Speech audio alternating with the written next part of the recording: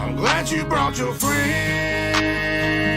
They can watch it go down. Watch it go down. I got mine too. So welcome to my house. Welcome to my house. 'Cause these are my people. And this is my land. This is my land. And this is what we pray for. And this is God's plan. This is God's plan. And if you ain't from here, then you won't understand. You won't understand. This is my country. This is who I am. This is who I am. So welcome to my house.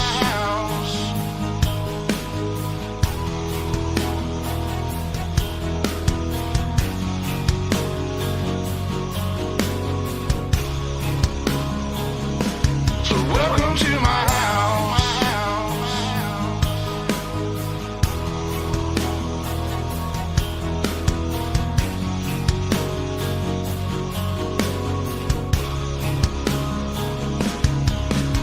I got a baby girl inside this house, and right now she's sound asleep. So it's probably best for the both of us if you just turn around and leave. 'Cause if you come in this fucking house, then you too gonna go to sleep. I promise you, boy, don't play with me. I pray to God my soul to keep. Especially this day and age, gotta handle shit our own way. With a 30-30 or 12 gauge behind this door, you're hella weight. My old lady, she rides too, picking up every shell case, mopping up these blood stains, but she ain't seen a damn thing. Most of my people are convicts, hard-headed, no nonsense. So please approach with caution. You never know who's watching. You never know what's on the other side of that front door. And you knocking, might step out like motherfuckers get their dropping. All the neighbors heard was the dogs barking. The sun was down, it was getting dark. And I told the sheriff it ain't no problems, man, I was just taking out the garbage. So if you don't mind, please excuse me. I'm with the family trying to watch a movie. I'm sure you got better things to do, so I'll let you go and get back to doing. Coming in, and now you're backing out. Now you're backing out. It's hard to talk big with a shotgun in your mouth. Glad you brought your friends.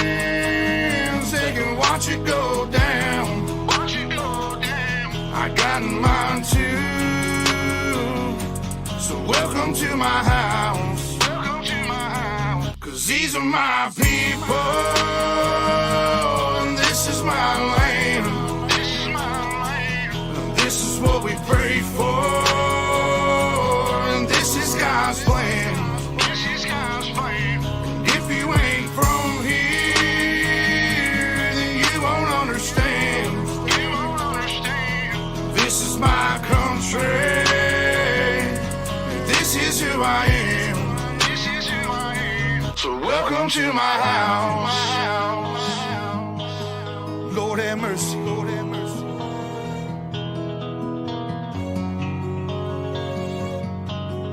Lord have mercy. Lord have mercy. So welcome to my house. Lord have mercy. Lord have mercy.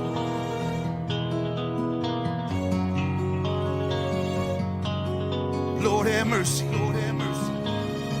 So welcome to my house. Lord have mercy. Lord have mercy.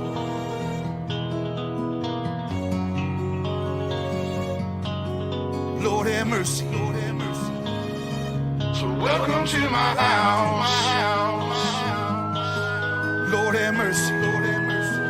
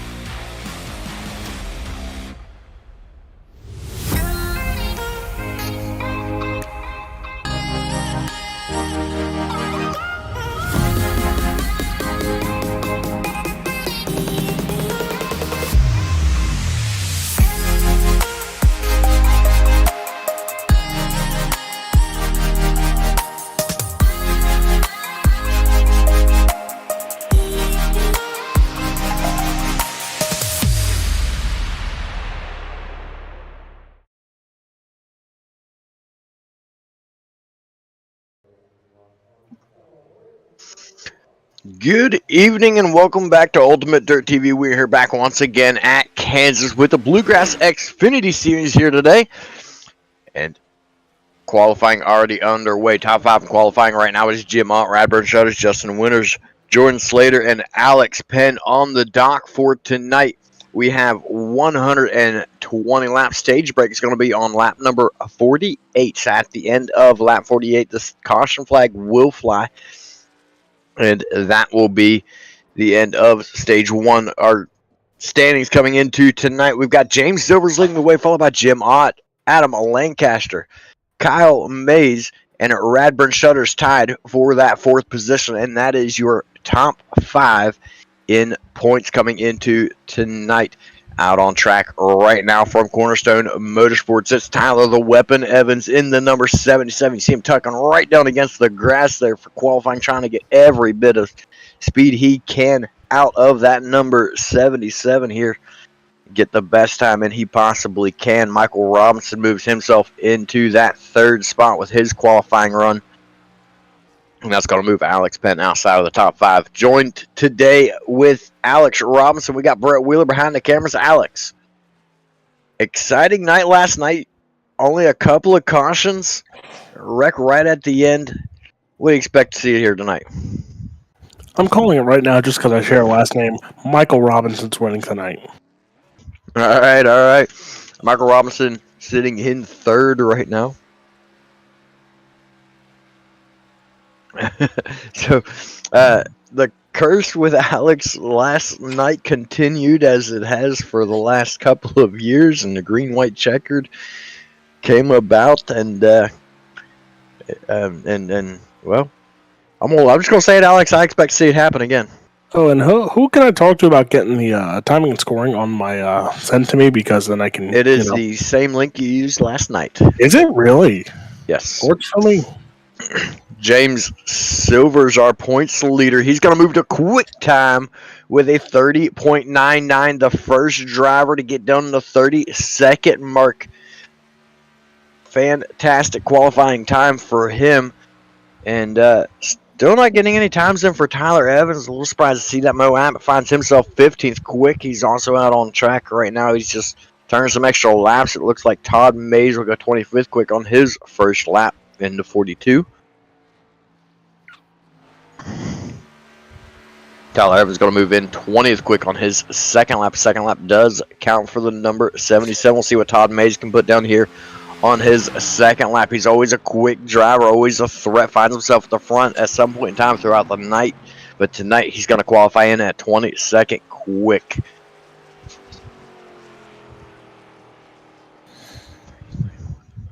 "36 drivers registered for racing tonight." Jason Harrison out on track right now for his qualifying run, and actually it looks like he's already got his 2 laps in, if I'm reading this correctly. Nope, I take that back. It is currently counting down on distance, so he has not taken a green flag yet. But top 5 right now is James Silvers, Jim Ott, Radburn Shutters, Michael Robinson, and Justin Winters. Michael Robinson, Justin Winters locked in a virtual tie for that 4th position. Just a little over a tenth, about a tenth and a half separating the top 5. This is going to be an extremely close race, Alex. Yeah, if it's anything like last night, the top side was actually quick. Surprisingly, the top side was quick last night, but it's going to come down, I think, again to drafting more to try and pull away from the rest of the field there.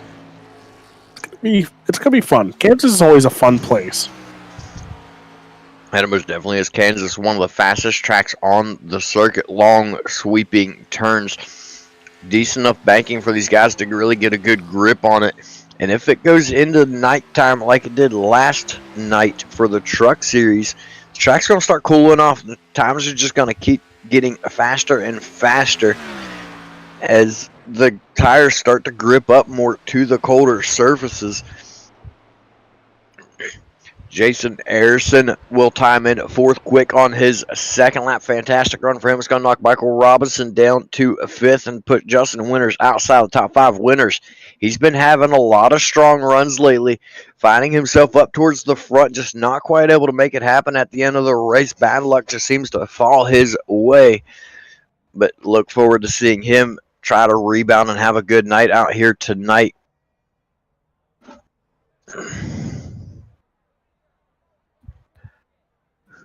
It's right about 16 seconds left here in qualifying.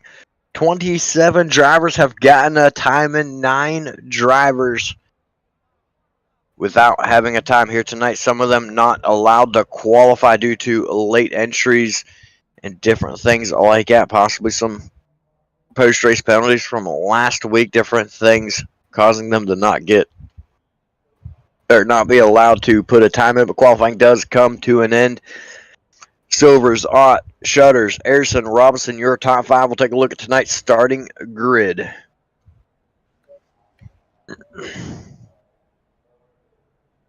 Starting on pole tonight from Cornerstone Motorsports, it's the 33 of James Silvers. Line up to his outside, J3 Motorsports, number 1, Jim Ott. Starting third in the 3, that's Cornerstone Motorsports, that's Radburn Shutters. To the outside, starting fourth, the 74 for JB Motorsports, that's Jason Harrison. Row number 3 to the inside, Empire Motorsports, number 18, Michael Robinson. Lined up to his outside, the Elite Motorsports, number 7, Justin Winters. Jordan Slater will start 7th in the 92, starting 8th. That's going to be the 30 of Alex Penn for Cornerstone Motorsports. Row number 5 and a 44 on the inside is going to be Brad Gebhardt. Lined up to his outside from Eric Kinetics. It's the 27 of Matt Campbell. Starting 11th to 34 for Highside Hustler Motorsports, that is Jason Bridges. To the outside, the 12th spot, the 55 for Mays Racing, that's Kyle Mays. Row number 7 to the inside from Fast Motorsports, it's the number 9, Bryce Hunter. Line up to his right side, it's going to be Empire Motorsports, number 19, Jeremiah Hobbs. Starting 15th to 72 for Highside Hustler Motorsports, that's Tony Iverson. 16th for Color Teal Racing, the 48 of Mo Abbott. Abbott, correct. Inside row number 9 from Team Birdie Racing, it's the 28 of Alex Carr. To his outside, Weaponized Motorsports, number 38, Justin Ray. Starting 19th to 25 for Team Birdie Racing, it's Greg Carr. Starting 20th for JC Motorsports, the 069, that's Dustin Reinstedel. In row number 11 from Cornerstone Motorsports, it's the 77 of Tyler Evans. Lined up to his outside, World of Thunder Esports Racing, number 46, Sean Kostritza. Starting 23rd, the 42 of Todd Mays for Mays Mafia. 24th, the 5, Weaponized Motorsports, it's Dylan Merriman. Miriam. Row number 13 to the inside, the 12 from World of Thunder Racing is Robbie Richards. Lined up to his outside. In the 6, it's Nathan Mascroft. Starting 27th, the 88, that's Chuck Gentle. We're going to go Gentile, thank you. Starting 28th for Team Syndicate, it's the 76 of Mikey Neal Jr. Been surprised to see him come out here tonight for the Xfinity Series. Always good to see him out on track. And row number 15 from Weaponized Motorsports, it's the 31 of Blake Hensley. To his outside, Elite Motorsports, number 17, Adam Lancaster. Starting 31st, the 01 for CFM Esports, it's Scott Fritz. Starting 32nd, it's the 2, that's Bobby Mays. Going to give us a quick run down through. I believe they're getting set to go green. We got Travis Twitty in 33rd. Wes Wiggin in 34th. 35th is going to be Keith Haney. 36 is Keith Hackney. Pair of Keiths making up the back row. Pace car is off. James Silver's looking to bring us to the green flag. There's the green flag. Good start. There's the green flag for James Silver's Jim Ott. Good start for him, sticking right with him. But you see the 3 of Radburn Shutters, Cornerstone Motorsports teammates right there, nose to tail, heading down into turns number 1 and 2. Silver's going to slide up, try to cut the line off from Ott. He's going to do so, but here comes Radburn Shutters to the inside. He's going to stick his hat in the mix and go for the race lead here early. Shutters sat inside there as Silvers and Shutters going at it for that top spot. Ott and Robinson, that's your battle for the third spot there, as the top line and bottom line both being used here, as the top four guys have found their groove early on here. But there you see the 18 machine there. That is Robinson going up to the top side, and it looks like that top side has Quick, as now the 3 machine there going to also drift up the track a little bit. Yeah, Shutter's known for his late run speed. He's very good at conserving his tires, conserving his fuel and everything. I expect to see him come back later. He's going to continue to drop back right now and look for that opening to go to the high side where he can save that right front tire a little bit. Battle going on right now for that 5th spot, though, being led off by James Iracing, Jordan Slater on his inside. Already another challenge for the lead there. Silvers and Ott, they're going back at it side by side now into turn 3 and 4. Ott and Silvers there. As there you saw the 3 machine, but there we are, that battle for the race lead there. As a slide job on asphalt, BJ Duval, I can't be as excited on asphalt as dirt because it's going to be a long race if they're trading slide jobs like this.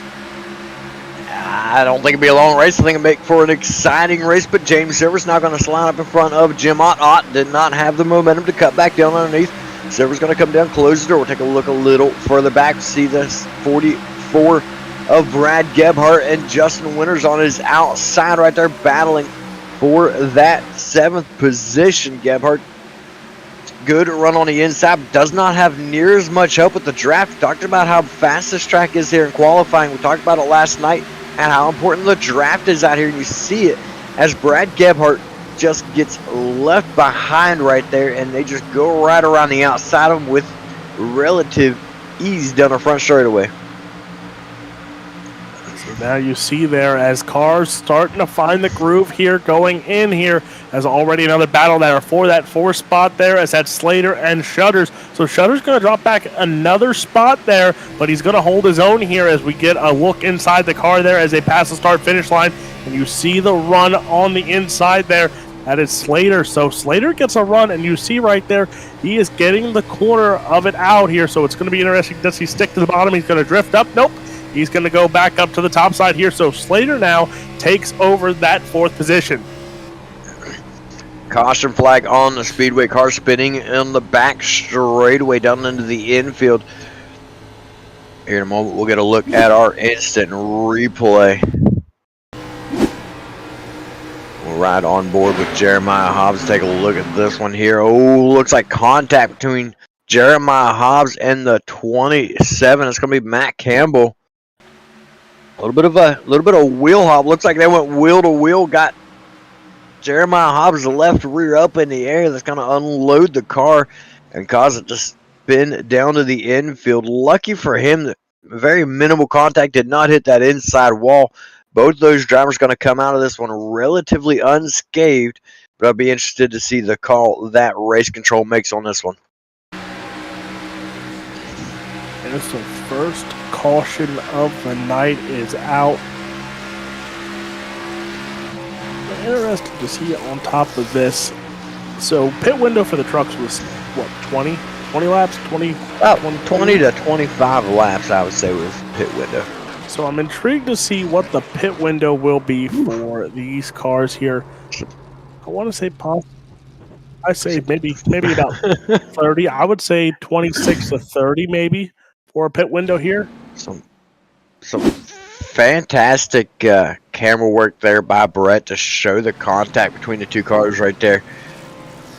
It just you know, it's really close quarters racing, really fast-paced racing.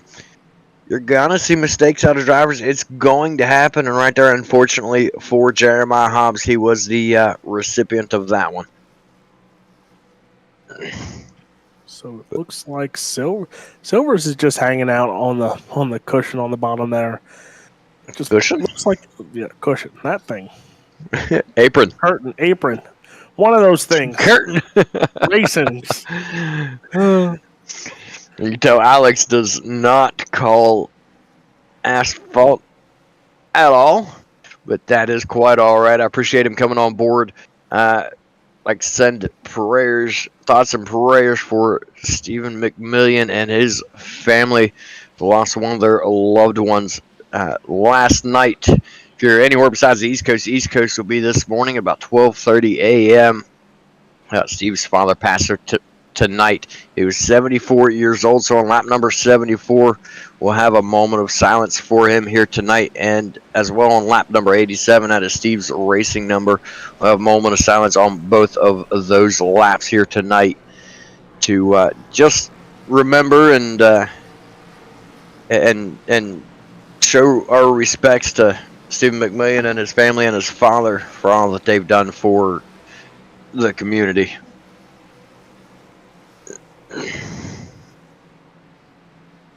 Lights are out on the pace car. Silver's going to choose the outside here for this restart. It's going to put Jim Ott to the inside. Michael Robinson is going to be lined up behind Jim Ott. And Jordan Slater now is going to have that advantage with the leader on the restart here on the outside line.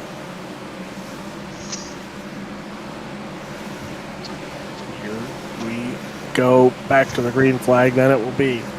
It's going to be interesting, BJ. Where do these drivers see themselves? We saw a lot of cars on that top side more. Does that bottom side work, or is it going to be more of a top side racetrack tonight while pace car is off? I say with draft package, I think it is going to go a top side, but Silver Springs Geico restart zone. Green flags out. Another good start for Jim Ott, stick right there with James Silvers, but it looked like they caught Jordan Slater sleeping on that start. He's going to drop several positions back, finding himself already back in fifth from that fourth position. Several cars able to make it by him on the inside. Not a good start for him. Radburn Shutters finds himself back into that fourth position, but he's under attack from Jordan Slater on his inside. As that battle for Slater there, as Slater holding on right now over Shutters. Again, that battle was happening before the caution flag came out, and they picked up right where they left off. But watch that 7 machine of Justin Winters there. He is also in the picture, but he has company. That 74 machine of Jason Arison also there. So there's 4 cars battling it out for position at number 4 through 7. Battles all throughout the field. Stage break is not till lap number 48. I really would have expected these guys to settle in here early on, but does not look like that's going to be the intention at any point in time. Such a fast-paced track, fast-paced racing here at Kansas. Oh, very close quarters right there between the 48 of Mo Abbott and the 30 of Alex Penn, nearly making contact on the front straightaway. Mo Abbott was not going to back off right there. Good heads up from Alex Penn to move down to give him the room.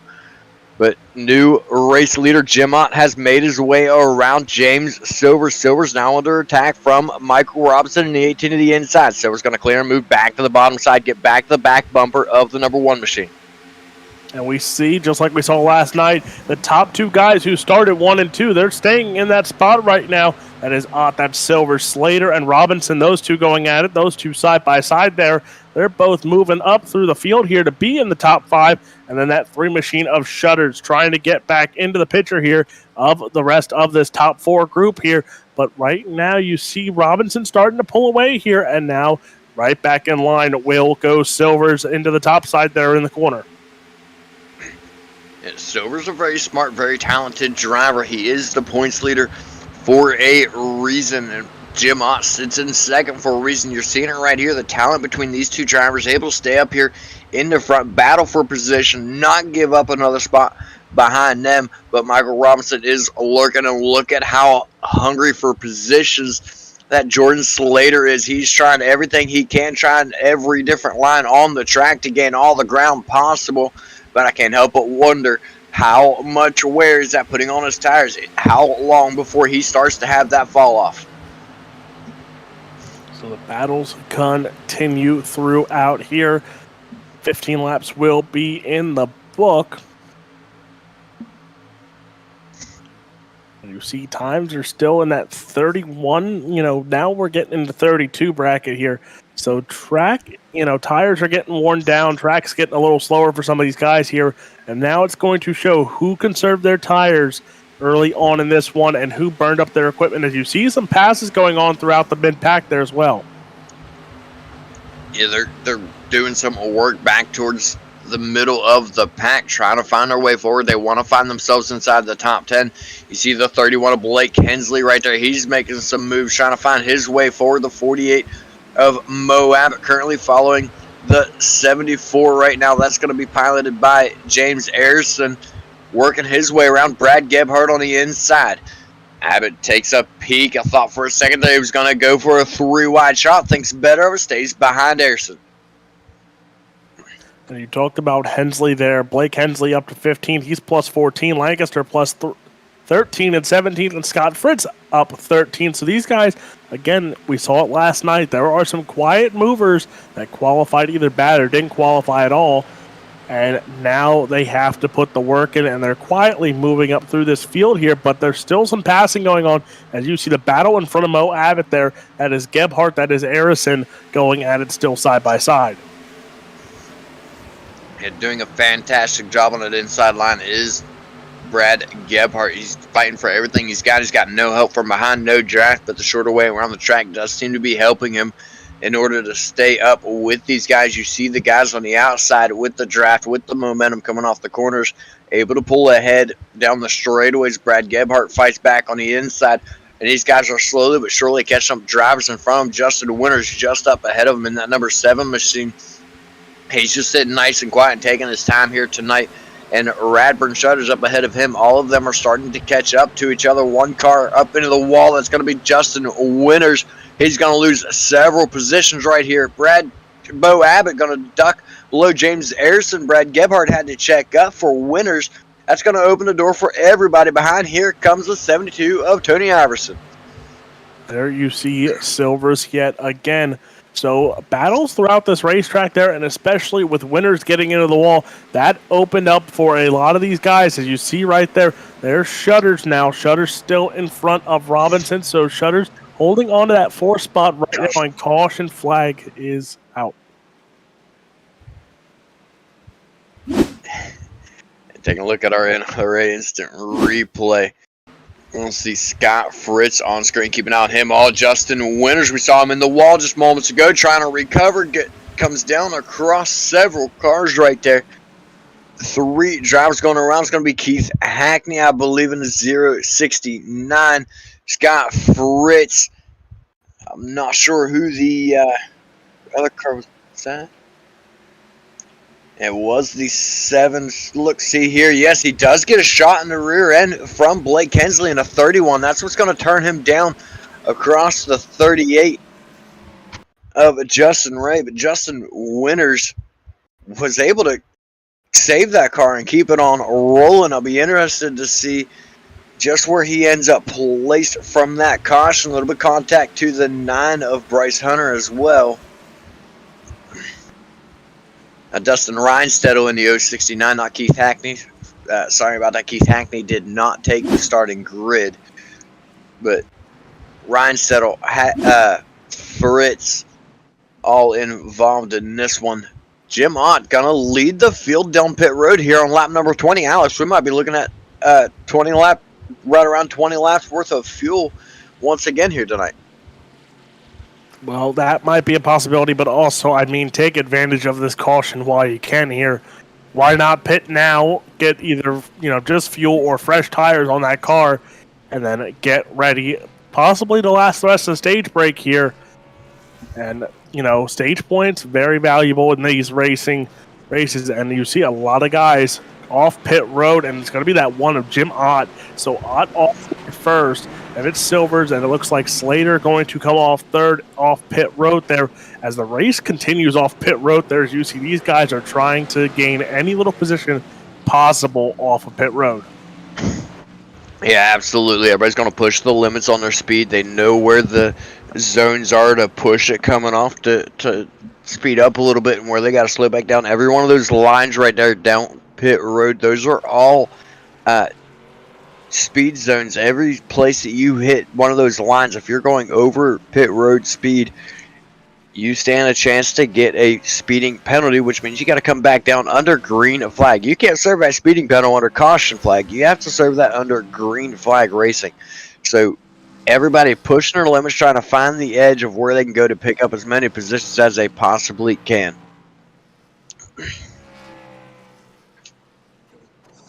And BJ, you probably have told me 5 different times already tonight. When's the stage break? Lap 48. Thank you.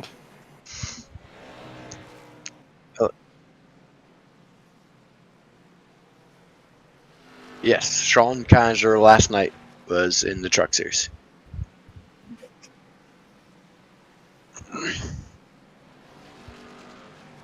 So Brett's still doing some research on the Kaiser that pilots the truck.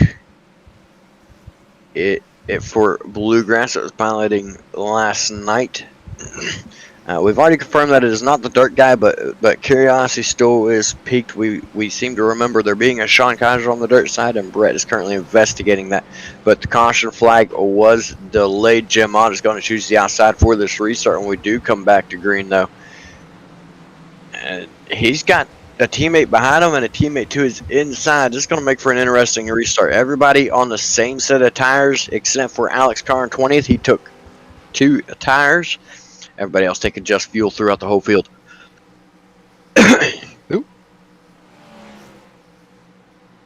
Joseph Kaiser.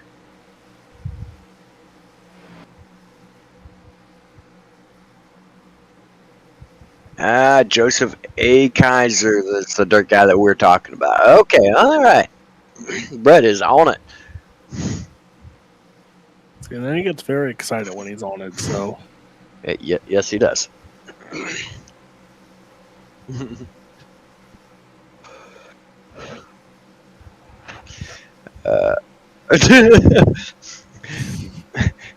So the lights are out on the pace car. Jim Ott and James Silver's leading him now down the back straight away.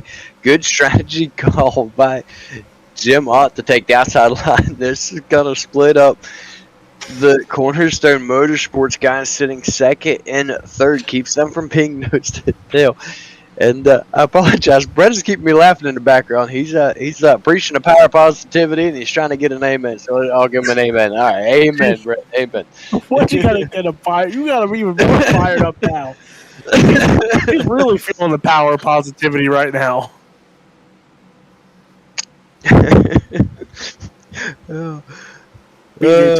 Let's make sure that he keeps that power positivity up for the rest of this race.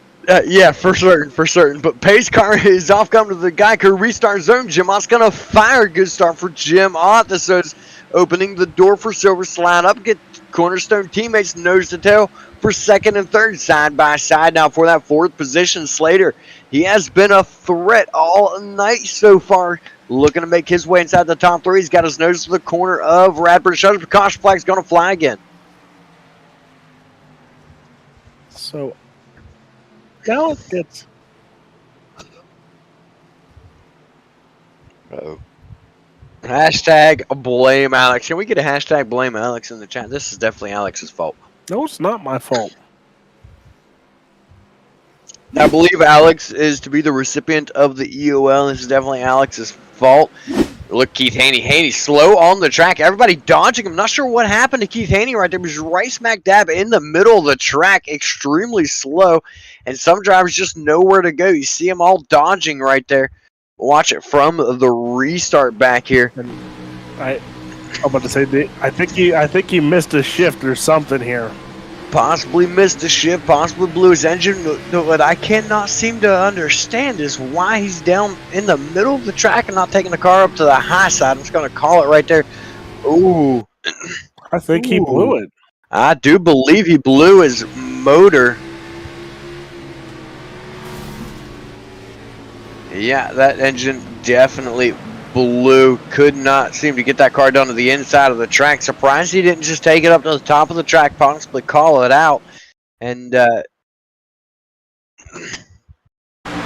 was stuck in the middle. Car shot to his outside. Yeah, when the engine blew, cars scattering around him. He just got stuck right there. Was not able to get up to the high side. But definitely hashtag blame Alex. This is definitely Alex's fault that motor blew. Brett agrees. Let's get a hashtag blame Alex in the chat. Let's start that trend back. We are not starting that trend back. Do what?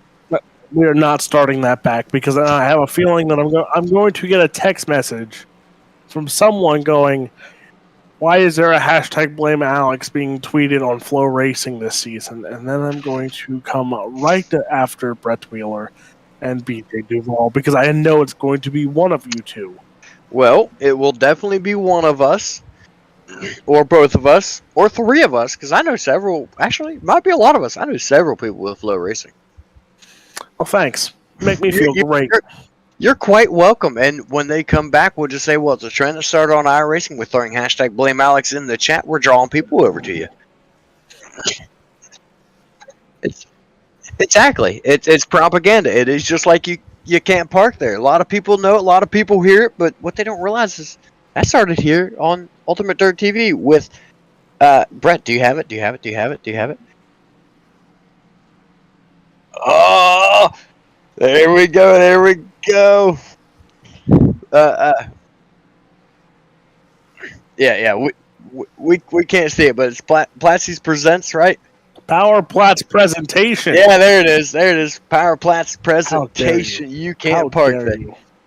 I couldn't remember. I'm sorry. Power Plat's presentation. Yeah. I should know it. We've said it multiple times here. This is true. Hey, me and Brett even said it on our own streams, and I still couldn't remember it. Power Plat's presentation. You can't park there. And hashtag blame Alex.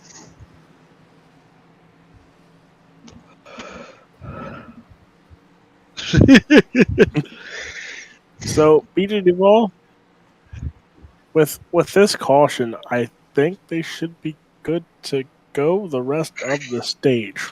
Well, yes, they are for sure good to go on fuel for the remainder of the stage. What I'm slightly confused about is I don't see. Oh, yeah, I see him flashing now. I was going to say, I didn't see the lights on the pace car.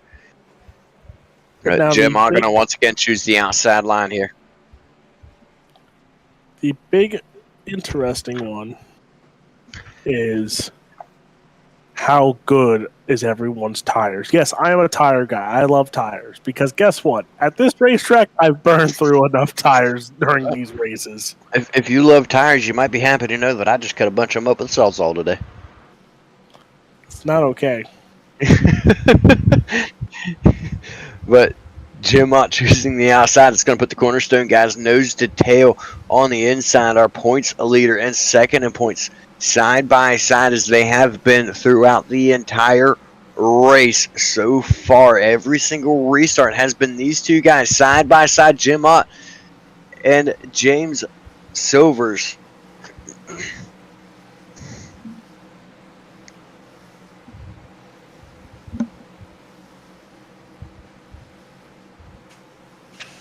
Silver's trying to keep Jim Mott in his line of sight. It's very difficult to do here on iRacing, especially if you're not in VR or have trouble monitors to look to your right side and see where that car's at. So seeing them lay back like that is a very common thing when the leader chooses the outside coming to the Geico restart. So now Jim Mott leading the way. Green flag is out. Excellent start for Jim Mott. Got right about half car length lead over James Silvers across the stripe. Silvers going to move up. Radburn Shutter's going to move up to continue in that third position.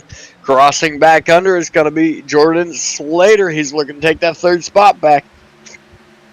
Slater's on the bottom looked really good there in that corner. Now it's an interesting thing. Let's see who gets the race lead. Here's that battle for the race lead now. Silvers and Ott there. Silvers trying to go to the bottom side. Not the run there for Silvers, as there you see Shutters right now. Shutter's going to hold on to that third spot for a little bit here, but Slater's getting a good corner out of it, and here's 1 and 2. Here's where he gets the real good run, and he gets it again to take back the third spot, but now he needs to carry the momentum down the backstretch and into turn 3 and 4.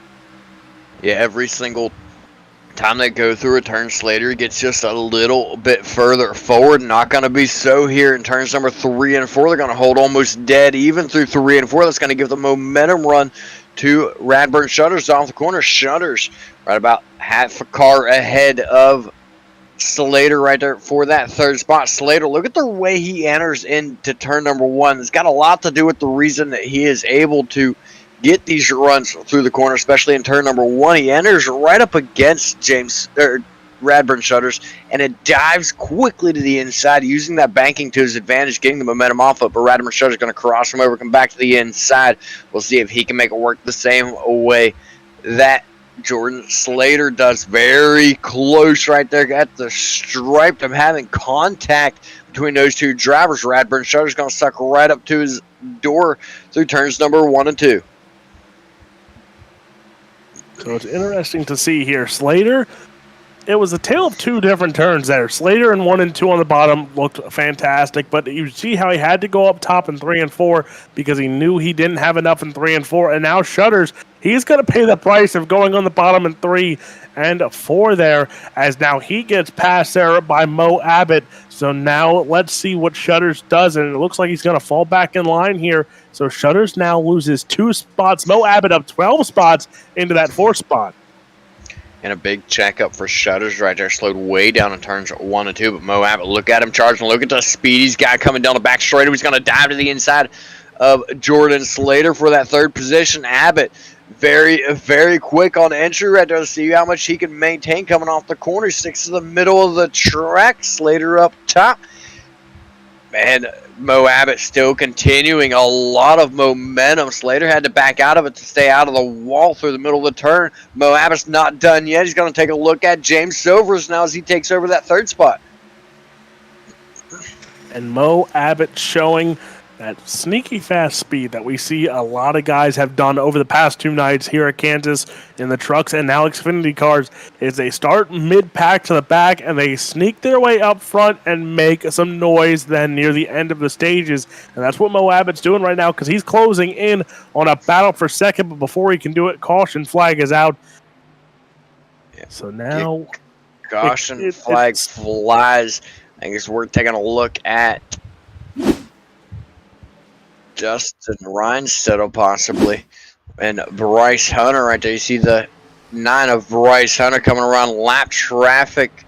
It's going to be the 34 to the inside. Just squeezes them a little bit too much, ran out of room. And the 9 of Bryce Hunter got contact to the rear end going around. Not the way he wanted that one to go. You see a little bit of damage to the rear end of that number 9 machine. Now we'll go back, take another look at this. That's the 76 of Mikey Neal Jr. right there, one of our Cup Series drivers. He now has damage to the nose of the car. The 28 of Alex Carr involved as well. The 25 of Greg Carr gets a little bit on his. Good save by pretty much everybody involved right there. Great job by everybody to keep the cars from going all the way around. Got him pointed back straight and kept going. I'm going to give a 10 out of 10 on Alex Carr there because that was a dirt move, if I've ever seen one. Turn, just hold it right. Just hold it all the way right, and you will save that car. We do all love our dirt over here on UDTV. I mean, this is Ultimate Dirt TV, and 4 cars coming down pit road, and it's going to be Chuck Gentile, Alex Carr, Greg Carr, Dustin Reinstead will all come down pit road. Chuck Gentile already on his way out. He took 4 tires and fuel. Alex Carr, Greg Carr, Dustin Reinstead still on pit road, taking some damage repairs. Alex Carr now on his way out. 28-second pit stop for Alex Carr. Greg Carr, 41-second pit stop. Dustin Reinstead still waiting to see if or when he is going to come out of pit road. He's already over 40 seconds. EJ, I'm disappointed in you. And there he comes on his way out of pit road. What, huh? You didn't get my reference when I said about Alex Carr's save. It was a Cars reference.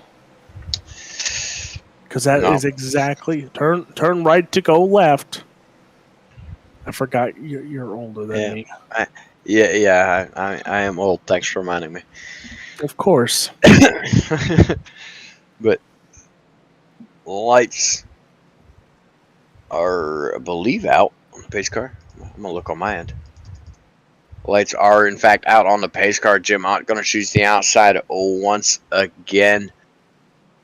Talk about some big movers here early in this race. 10 laps ago, when we go back to green for the stage, Wes Wiggin back in 14th position is up 20 spots since the start of this race. Behind him, you got Robbie Richards up 10 spots. Scott Fritz up 15. Bobby Mays up 15. Right ahead of them, you've got Adam Lancaster in that 11th position, up 19 spots. A lot of big movers in this race, a lot like we saw last night in the truck series. As we wait now for the pace car to make that hard left-hand turn. Jim Ott brings us back to the green flag. And what is it? Top 10 get stage points? Top 10 get stage points.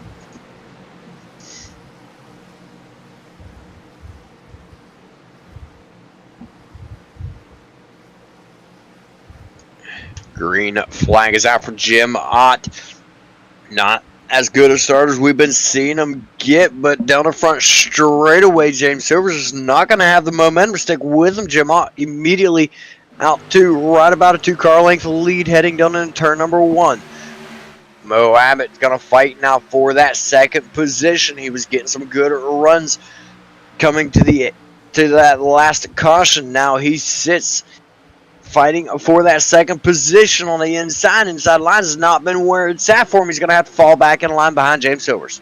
So Abbott there trying to battle for that second spot there. Slater not far behind there as Jordan Slater in the 4th spot. You talked about Adam Lancaster moving up. He is now up to the 10 spot. He's up 20 spots into the 10 spot here. That would get him a stage point, but now it's time to work his way for some more stage points as he is 10th. But there's some more passing going on in the mid-pack here as shuffling through the top 10 here. Tony Iverson up to the 7th spot here as well. Yeah, Adam Lancaster is always a threat. It is always a threat when it comes to Xfinity. Last season, if I'm remembering correctly, he was the regular season points winner, but not able to come home with the championship throughout the playoff bracket. Right there, you see him get a little contact with the wall. He's going to drop back from Kyle Mays and James Harrison just up ahead of him. Those two drivers battling for position, but Kyle Mays is going to get the better of the position right behind Adam Lancaster, Scott Fritz, Sean Kostritza, Michael Robinson was battling for that position. Here comes Adam Lancaster taking a look to the outside of James Harrison. So battles throughout here, closing in on this stage break there. As you see the battles there between Harrison and Lancaster, as well as Iverson, Mays right there as well. Those two side by side, 55 there and the 74 going at it there. 72 there going at it. The 72 machine of Iverson holding on to the 7th spot. And now going after that 3 machine of Shutters. And Shutters now, he's back to the 6th spot there. So a little bit surprising for that 3 machine who was battling in the top 5. Now he's outside, and he's looking to just hold on to a 6th spot. And we heard drivers talk about it last night with the trucks, and how the dirty air affects the truck very, very badly, making them very tight. I'm wondering if that's the same here for the Xfinity cars tonight. It's not very often we see Radburn Shutters struggling to stay inside the top 3, struggling to stay in a battle for the race lead like we are here tonight. But he's still doing a fantastic job, still staying right there within striking distance of this race, as we're currently down to 5 laps to go to the end of the stage. He's still right there within striking distance of the stage and stage points position. Look at Tony Iverson battling Kyle Mays for that 7th position. Tony Iverson, relatively quieter driver throughout the last season, is now making a name for himself, now starting to push his way forward and make himself known. Battle going now between Brad Gebhardt, battle going for that 5th spot for Brad Gebhardt and Radburn Shutters. Shutters now starting to motor his way forward. I can't help but wonder now, looking at the way he's running, if he wasn't in tire save mode. Here comes Tony Iverson to the inside of Gebhardt now. And there's 2 different questions here. Did Shutters save his tires, or did Gebhardt push his tires too much? Because now you see Iverson got by Gebhardt pretty easy there. And the 55 is bringing more cars there of Mays and Lancaster. They're catching up to Gebhardt very quickly here. So that 44 machine might have burned up his tires. Definitely a good chance that he burned his tires up. Definitely a good chance that he just made a mistake and is still in the process of recovering. Doesn't want to push too quickly after making a mistake either, because if you do, a lot of times your tires will break loose. A lot of times you end up causing contact, but it looks as though there might be a little bit of right front damage on that number 44. And caution flag's going to wave. It's going to be the 33 of James Silver's involved in that one. I'm not sure who the other car was. Jordan Slater in the 92. Those two drivers have been fighting for a top 2, top 3 position the entire race, it seems like. And now, heavy damage to the right rear of Jordan Slater. We'll take a look at the instant replay here. Jordan Slater on screen right there. There's Mo Abbott and James Silvers to the left of your screen. Abbott just squeezes Silvers up right there. And a shot to the rear from Jordan Slater. Just nowhere to go. We'll watch Mo Abbott right here. We saw him fight on that center line earlier, fighting for the position. It actually looks right there like James Silvers came down into him. Mo Abbott looks like he held his line through the center just by watching the dotted line around the track. Silvers come down and got into the left side of Mo Abbott. We'll see what race control rules on this one, but Abbott, if this is going to end the stage break, I missed what our top 10 was coming to that stage break because everybody's down pit road and it's shuffling positions all around. But we know that Jim Ott won the stage, and we'll have to get confirmation from our race control as to what the official stage results were. But Jim Ott coming home with those 10 points for the regular season, plus 1 bonus playoff point to head into round 1 of the playoffs.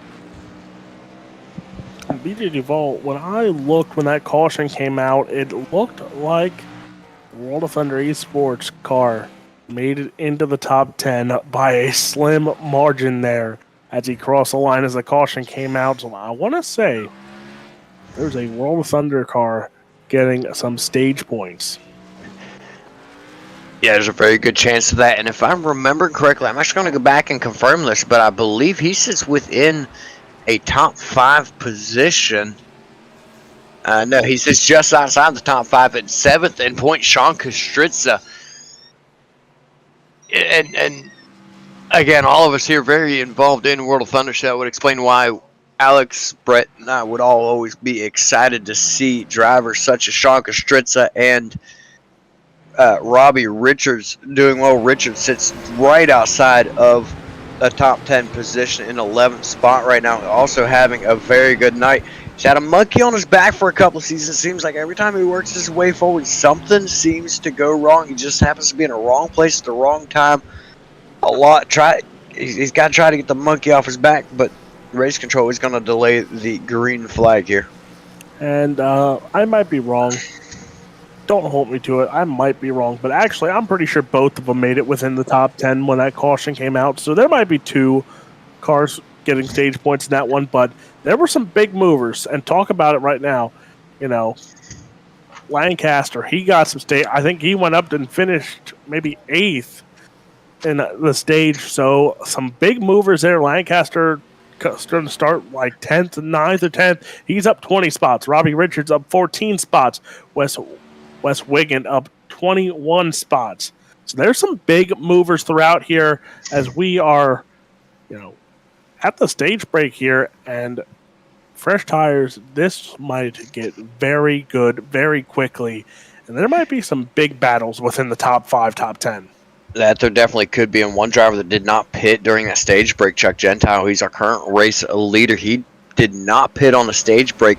He's got 10 lap older tires. He pit on lap number 36. I'm interested in seeing just how the 10 laps on these tires make a difference for these guys and just what track position will do for them. Like I said, last night we heard in the interviews drivers talking about the dirty air having such a massive effect on these guys.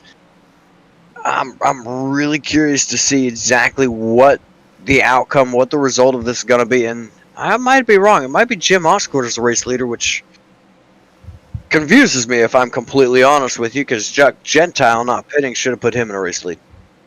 But now, are they? Are there going to be... No, I'm showing on iRacing scoring that Gentile is the race leader. Yes, Chuck Gentile is, in fact, the race leader. Is there points for laps led? Like, if you lead a lap, is there any points involved in that one? No, not that I've ever heard. No, some do it. That's why I thought I'd double check, because some guys will stay out just to get extra points. But green flag is back out here, or it is. It is. Just a little slower of a start there. A little bit slower on the start, and Gentile did not get out to the rocketing start that we've seen the likes of Jim Ott and James Silvers do. Speaking of James Silvers, after that incident, he's mired way back in the field now in 29th. But look at him going 3 wide now into turn number 3. They're going to double it back out. Kyle Mays and Radburn Shutter's going to make their way past Tony Iverson right there in the 72. James Harrison looking to try to get back into the mix of this, but the battle ensues between Radburn Shutters and Kyle Mays. Mays to the inside is going to have the position through turn number 1. Coming out of turn number 2, fresh tires are going to show you just what that inside line can do. Kyle Mays, excellent run off the corner. It's going to continue to maintain that 4th position. Now fight for 3rd. As the fights continue here, but you said about Gentile not getting the best start might have something to do with the tires. Plus, there's some damage on that car too, as if you looked at the back of that machine, there was some damage on that 88 machine. Tell there's some bent parts in the back of that car, as now he has company, because here comes the 55 of Kyle Mays, and he's going to go right to the inside here and try and get by that 88 machine, and he does pretty much very easily, does he, there at the end of the corner here. So right now, Gentile's going to have more company, because guys like Gebhardt, Iverson, Arison, Shutters, they're going to be gaining on him very quickly here with those fresh tires. And 10 laps does seem to make a massive difference. Gentile about 0.3 off the pace, maybe even a little bit more, as here comes James Harrison making it look easy, making it look like Gentile is sitting still. Is going to fly by, and he's going to bring Tony Iverson at 7-2 with him. Gentile up into the wall. Very close call for the 44 of Brad Gebhardt to squeeze by him. Now several more drivers making him look like he's sitting still after that contact the wall. Alex Penn going to get pinned behind him. Adam Lancaster going to squeak by on the inside. Lancaster up 23 spots in that 7th position. Looking for more now as he takes a look to the inside of Radburn Shutters, making it look easy through 1 and 2 right there. We've seen it time and time again tonight. The inside of 1 and 2 still seems to be strong. 3 and 4 where they struggle a little bit more on the inside. That was a gutsy call by Gentile there to not pit and take tires at the stage break there, and it looks to be costing him very much here, as now Gentile, remember, started the stage on the front row. Now he's back to the 10th spot here, so he's lost 10 spots in a matter of, what, 5-6 laps? It hasn't taken very long at all, but a battle for the race lead. Kyle Mays had to back out of it through 1 and 2 right there, losing a lot of ground to Jim Ott. For the back, Brad Gebhardt trying to make a move on Tony Iverson. Iverson doing a fantastic job tonight, sits in that 4th spot. We've talked to Tony Iverson a little bit. He's been in the booth, but has caught a couple races with us. He's always a pleasure to talk to. If you ever get a chance to talk to him, you might want to take that chance and talk to Tony Iverson. He's a fantastic guy, real nice guy. It's always fun to have him in the booth, and tonight he is doing a fantastic job finding himself inside the top 5. Bobby Mays in the 2, now looking to make his way towards a top 10, sits in that 10th position as he made his way around Chuck Gentile. Gentile going to continue losing even more spots. The 76 of Mikey Neal Jr., one of our Cup drivers last season, the winningest driver in the Cup Series, 2nd winningest driver across the board. And tonight he graces us with his presence here in the Xfinity Series. Caution flag's going to wave again.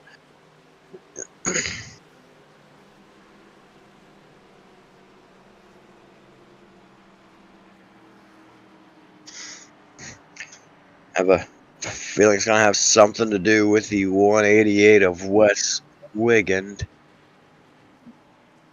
Look at the 48 of Mo Abbott, possibly.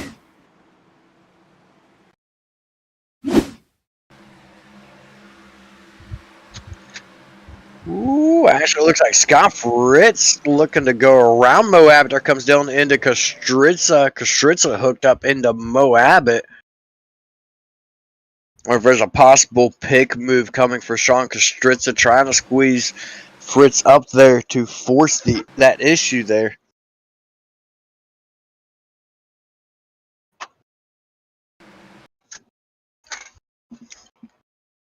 Take a look at it right here in slow motion. You see Mo Abbott up to the back bumper of Jeremiah Hobbs, backs off.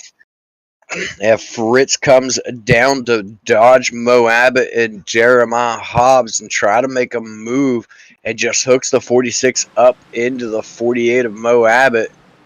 Kustritza able to save the car and continue on. Very minimal damage to that number 48 machine. That's good. I'd hate to send a bill to Scott Fritz. Steve's not here to do it, so I'd have to send him a bill.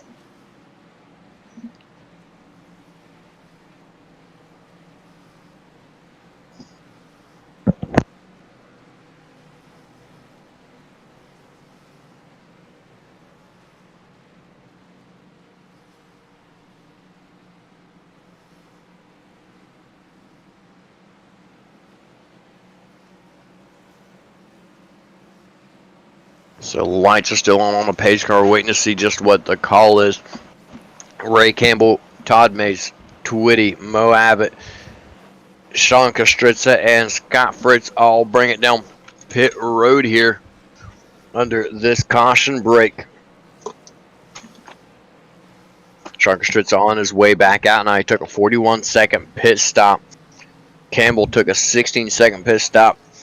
I'm not sure if he took damages or if he took 4 tires and fuel.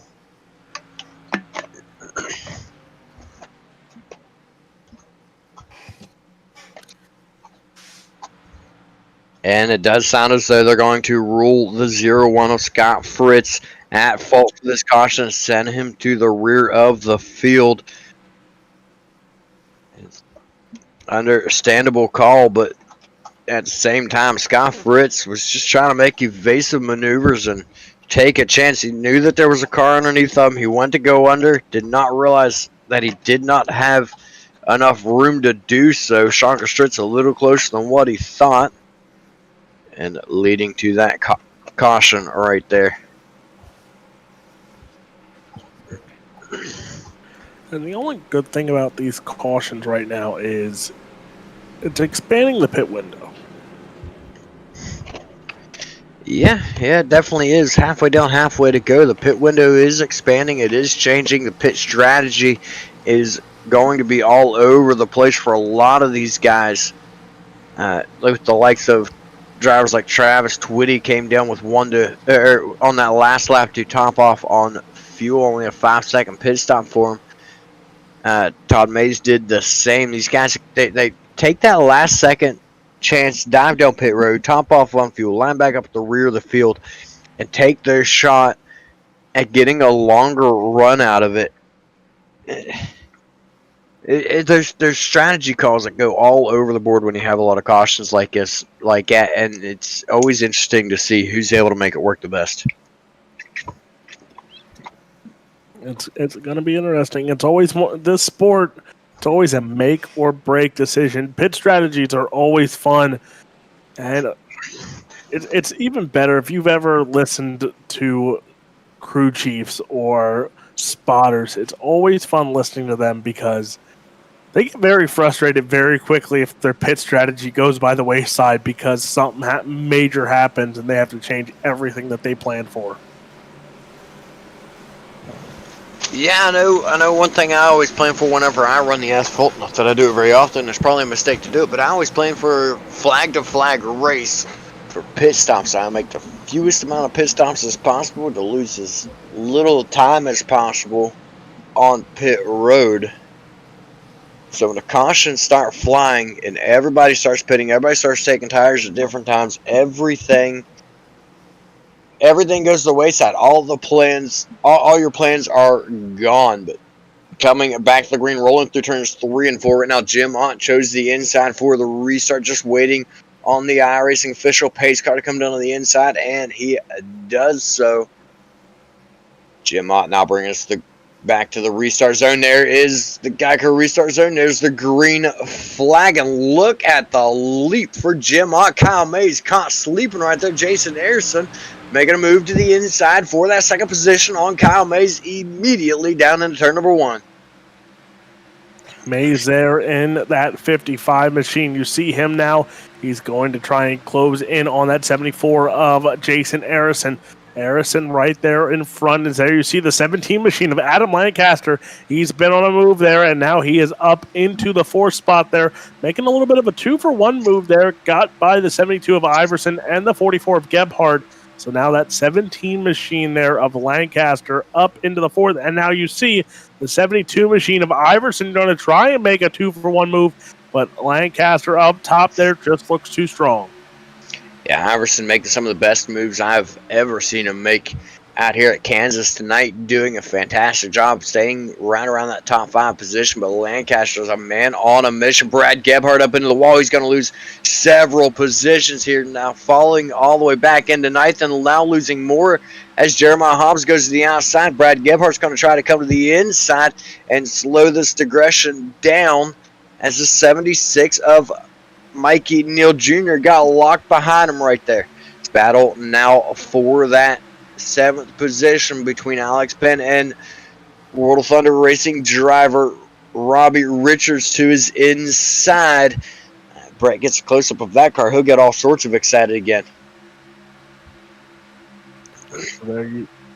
He says, I will, give me a sec.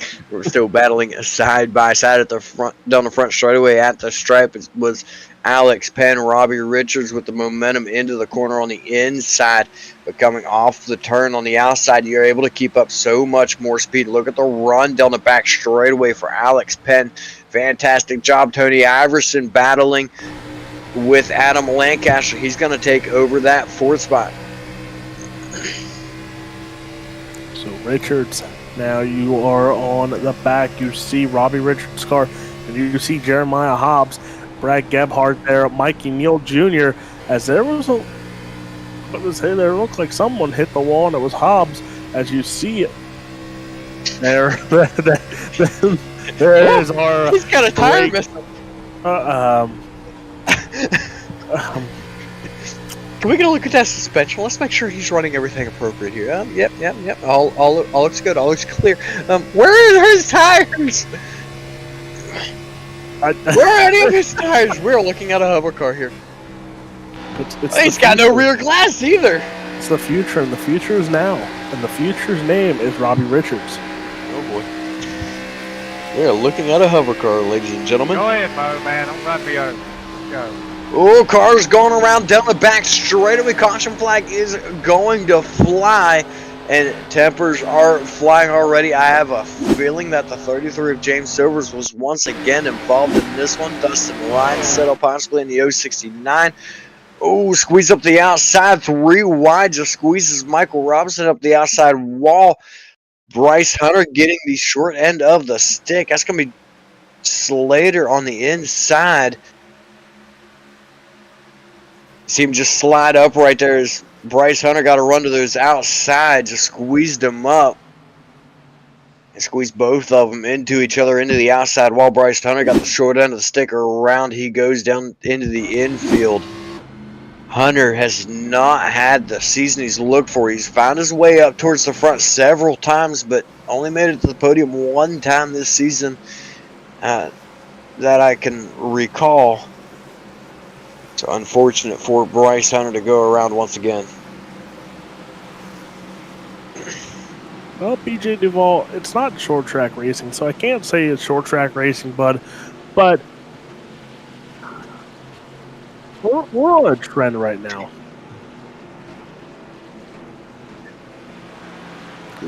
That's not the trend I was saying. Hashtag blame Alex. This is Alex's fault. Bryce, you know who to blame later.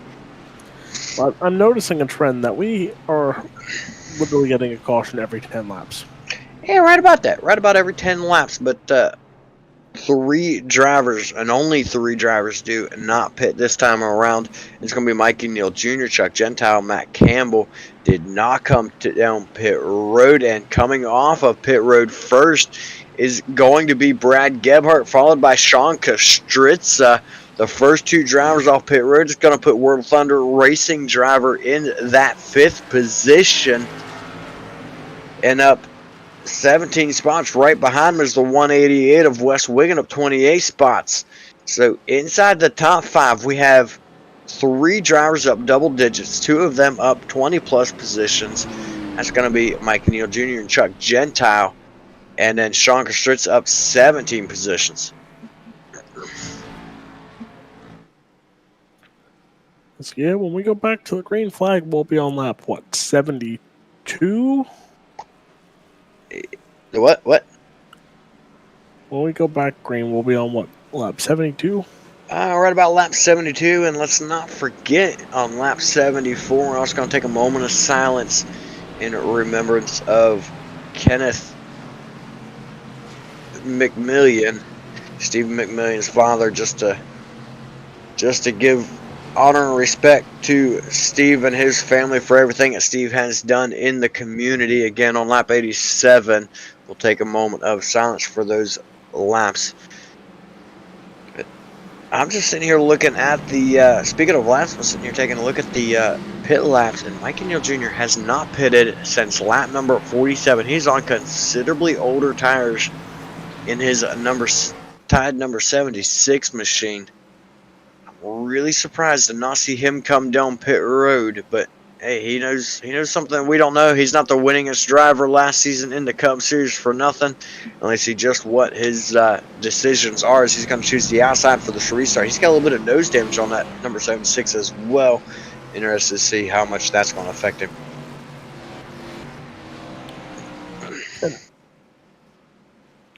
See, Chuck Gentile, I knew his, 9 laps difference. Sean Kostritza, it says lap 59 he pitted. Yeah.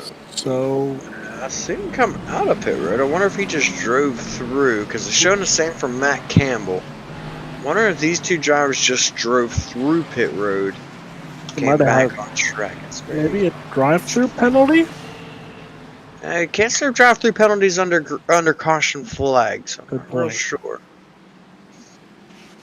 Lights do go out, so we'll be going back to green on lap number 73. Mike Neal Jr. to the outside. Chuck Gentile will be lined up on his inside. Gebhardt, Campbell, row 2. Kostritza, Wigan, row 3. A lot of big movers up towards the front of this pack right now, and a lot of older tires.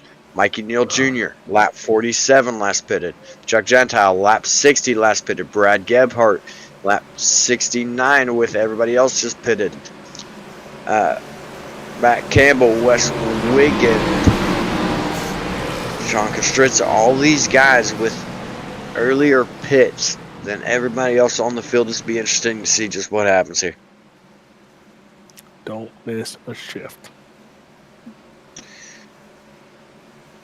That is for certain. Pace cars off, green flags out. Mikey Neal Jr. with an excellent start around the outside right here. Immediately off to several car length lead as he heads down into turn number 1. Right off the bat, half a second ahead. What? As Mike Neal Jr. leads the way down the back straightaway, drivers juking and jiving all over the place for a position. Brad Gebhardt finds himself in that 3rd spot. Matt Campbell taking a look to his inside as we come out of turn number 4. Lap 73 will be in the books. We're going to go ahead and take a moment of silence for lap 74 in remembrance of Kenneth McMillian, Stephen McMillian's father.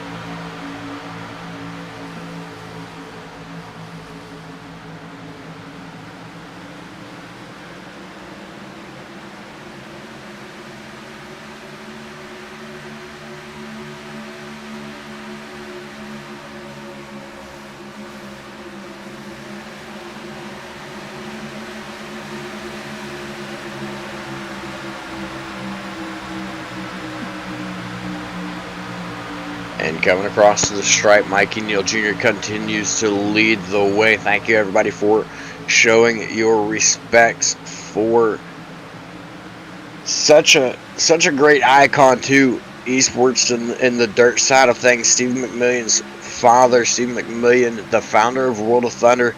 Been going strong for 6 years in the biggest series. Really, truly, if you look at the numbers, it is the biggest series by members in the entire racing world, both sim racing and real life racing, with over 1,800 members.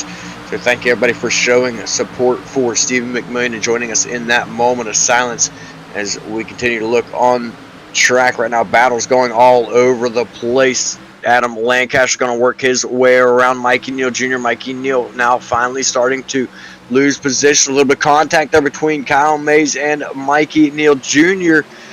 Neal now looking to fall back into fourth. Kyle Mays last time around at the stripe set the fastest lap of the race overall. And caution flag is now going to wave here on lap number 77.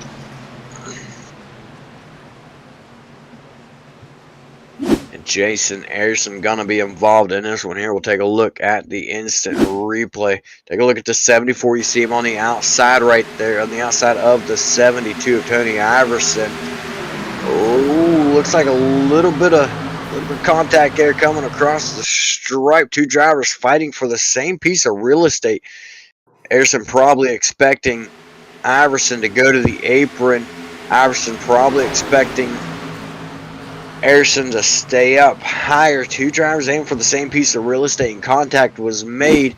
But just looking at the lines there, I'd have to say Arison came down into Iverson. Iverson just stuck it right to that apron stripe right there. I'll be interested to see what race control calls on this one as well. But Arison going around getting the worst end of the deal on that one there as well. But I believe that one there is going to have to fall back on this 74 of Jason Arison.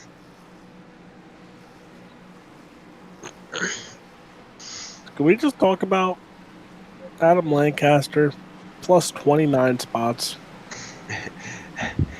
Adam Lancaster is always a threat to anybody that comes out here.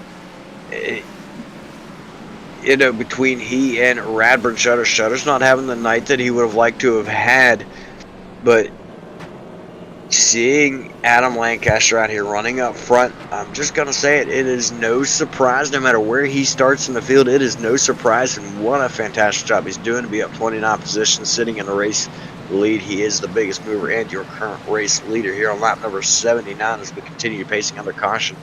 We're right around half the field coming down pit road from 18th position back to 31st.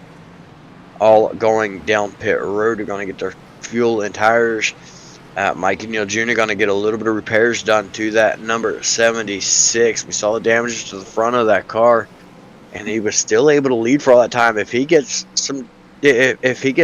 all those damages repaired, how much of a threat you think he could possibly be out here, Alex? Oh, it's these cars at 100% and how well he's driven, he's going to be a threat. Chuck Gentile, now it's going to be interesting because we saw how the tires are. Now it's 10 lap, heck, it's almost 20 lap old tires for him. Will these tires hold up? It's definitely a good question. His last pit was on lap number 60. He took not only fuel and tires, he took some repairs as well. Everybody else on 69 or later, everybody pitting under this pit stop, lap 78, 79. Definitely some interesting strategies going on across the board. Chuck Gentile, another thing to keep in mind, he's got 3 pit stops. He may have taken 3 sets of tires. He may not have any other choice but to run on what he's got. If you have 4 sets of tires in these races, you start on 1, you have 3 in the pits. If he just forgot to untick them when he went down pit road, he might be out of tires already. And I don't even look. Even if you conserve tires enough, you're not going to have tires by the end of this race. No, absolutely not. Adam Lancaster going to choose the inside for this restart. Only the second time we've seen anybody choose the inside tonight. He's going to put Kyle Mays to the outside. Chuck Gentile at Jim Ott row 2. Tony Iverson, Radburn Shutters, row 3. Robbie Richards, Tyler Evans, row 4. Bobby Mays and Jordan Slater, row 5. That will round out your top 10. Here coming back to the green flag, and I have hiccups. The only thing that might help Chuck Gentile is the cautions. Let's be honest here. The only thing that might help him is cautions, because you're not burning your tires as much as you are going green flag, especially being in the top 5. Your caution flags, you're not burning tires. I don't know. I've done a New Hampshire on the Gen 6. I drove to the front, even led laps on 60-lap old tires while everybody else on track had replaced their tires too. Sometimes, some of them even 3 times throughout that race. I led laps on 60-lap old tires. I didn't want to replace them. I felt good. It's New Hampshire.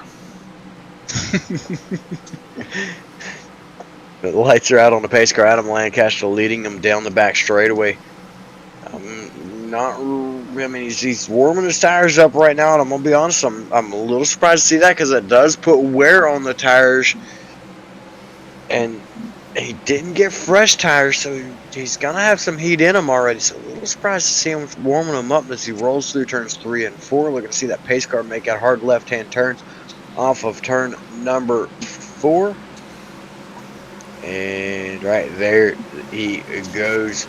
Adam Lancaster bringing him back to the Geico restart zone.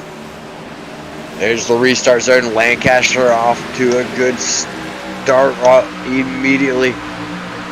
Up to about a car length and a half over Kyle May. He's going to slap the top of the track. Chuck Gentile, the driver in question for tires. He's going to fall back to that 4th spot. Here comes Jim Ott around his outside. And caution flag's going to fly once again. Jim Ott showing his displeasure over the radio. Jason Ayerson in the 74. I expect to see involved in this one here. Take a look at our NRA instant replay. We're looking at Blake Hensley in the 31. Green flag is out right here. The 34 in front of him. Oh no! Oh no! Holy cow! What a ride for Sean Kostritza.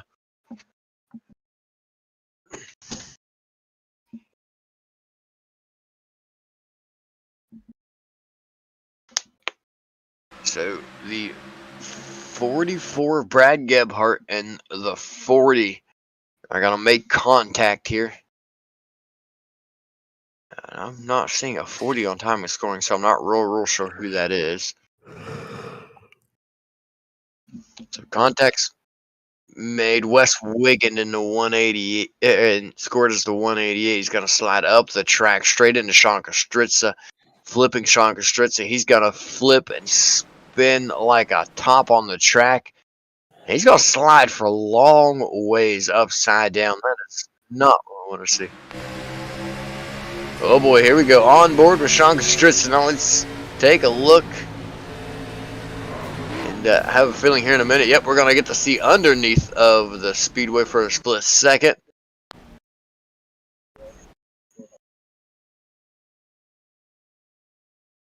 Definitely not where anybody wants to be.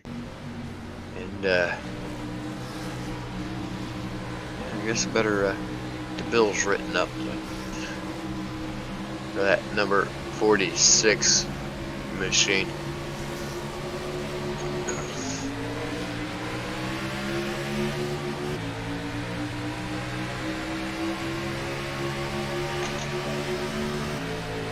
Brad Gebhardt being recorded for that caution.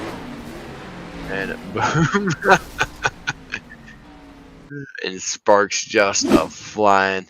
That is never a pleasant view. There we go. Well, oh, maybe not. Our button box seeming to be stuck. There we go. Now we're back to live pictures. Brett Wheeler working some magic very, very quickly. Got it fixed.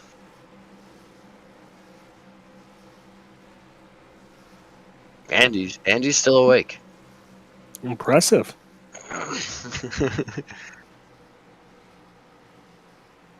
At 84 laps in the book, starting lap number 85. Adam Lancaster up 29 spots, continues to lead this race. Kyle Mays, Jim Ott, Chuck Gentile, Radburn Shutters, your top 5. Gentile, what a job he's doing to hang on to a top 5 position with 9-lap older tires and everybody else out there on the track. If you just hang on a little bit longer, you've got to be getting close to the evening part where everybody else's tires are going to kind of plateau and level off with his for a little while. That would be ideal for him. The caution is definitely playing into his favor on the older tires. For now. For now. That's the biggest thing. For now.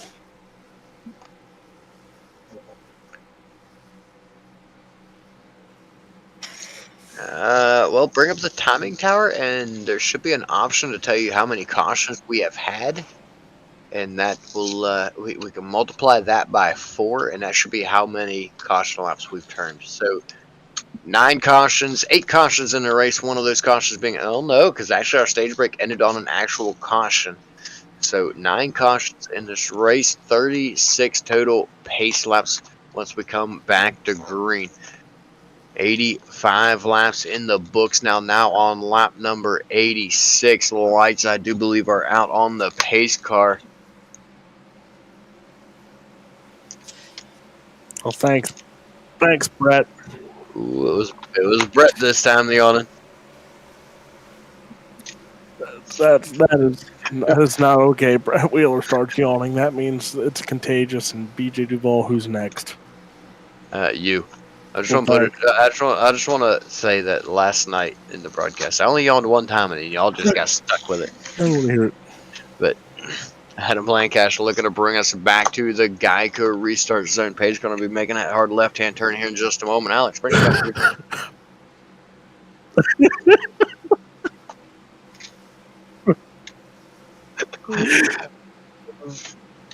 Thanks, Brett. Alex, bring us back to the green.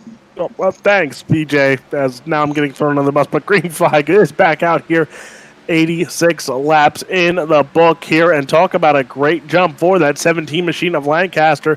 As now here we go, battle for the second spot, and that is Ott and Mays going at it right now. Ott holding on there, so Ott back where he started. Shutters back where he started for the time being as he's battling for that third spot. Remember that 3 machine did not start there. Radburn Shutters, and everybody's going to hang on to it. What a job for everybody to get by Radburn Shutters. Impressive amount of driving right there for everybody.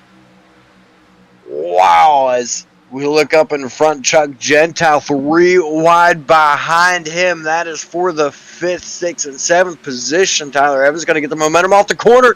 Oh no, Chuck Gentile up into Tyler Evans, pinching Tyler Evans up into the wall. Evans immediately showing his displeasure over that one. Oh man. And Robbie Richards, the monkey, has not gotten off of his back. Oh man, hard hit to his right rear from. Ooh. As Brett said, how you doing? a little bit of saying hello there. Ooh, Tony Iverson clips the back of Chuck Gentile, clips the right rear of Robbie Richards. Robbie Richards gets set sailing. Matt Campbell gets involved, catches Robbie Richards. Several drivers involved in this one here.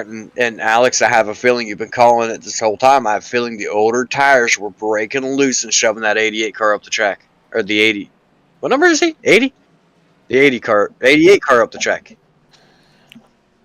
Is it worse that the guy who's been here almost all season doesn't know numbers, but yet me and Brett Wheeler have been here for what? To be fair, I have called Chuck Gentile the 80 many times throughout the season. You say to be fair like you want me to sing it like Letterkenny over here, bud. To be fair.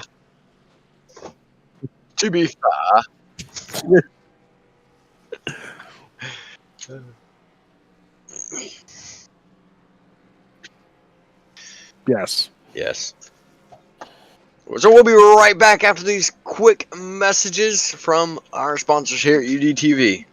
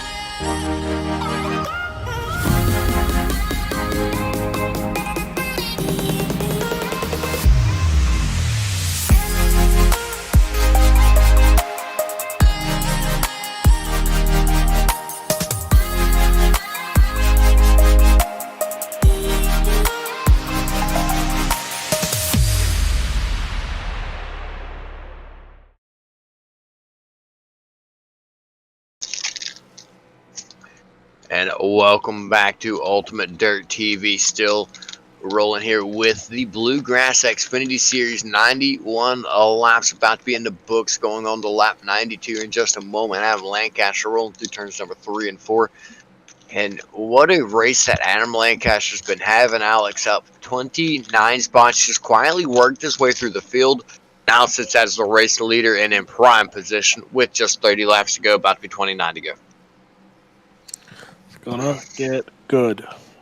I always say it's gonna get good, and guess what? It usually does. So let's see if this continues.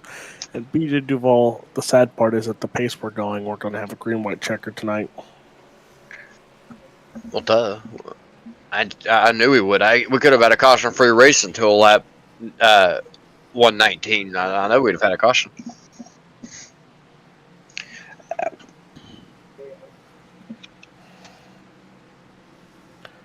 It's gonna get fun tonight. Lights are out on the pace car. Lancaster on row 1, Mays Penn row 2, Shutter Slater row 3, Silvers Robinson row 4, Hunter Merriam row 5. That is your top 10. You see Radburn Shutters warming his tires once again, looking to get that extra grip on the restart. So far it's worked for him. A little surprised to see it be so effective, but so far it has in fact worked for him, and he's got that launch that he's been looking for.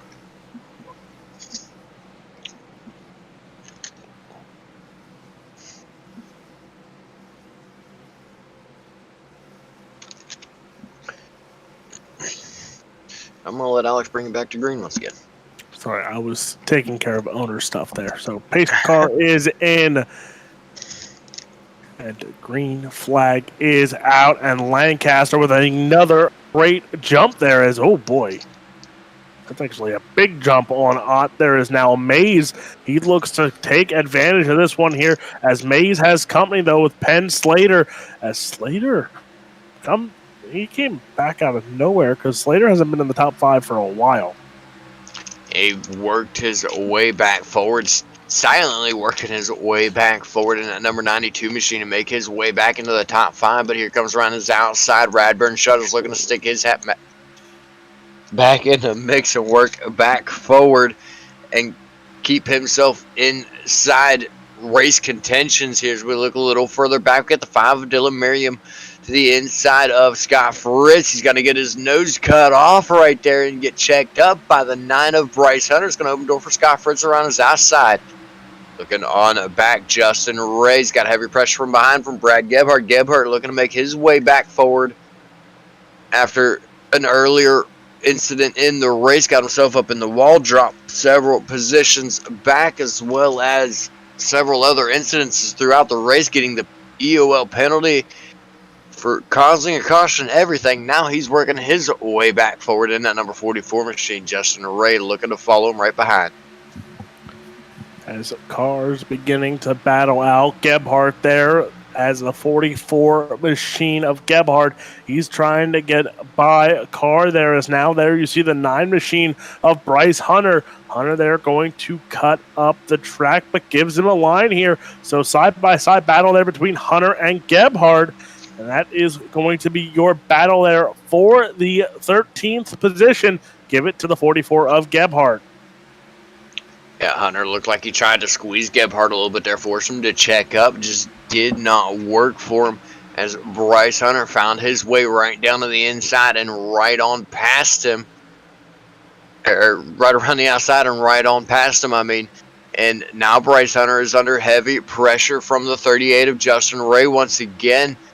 Hunter taking a look at his tires. He does have slightly older tires than the cars around him, but it's only right about 5-6 laps older tires than the other drivers around him, so he is really struggling right now. Possibly burn him up, and the 25 right behind him gets loose. That's Greg Carr. He's able to hang on to it there off turn number 2.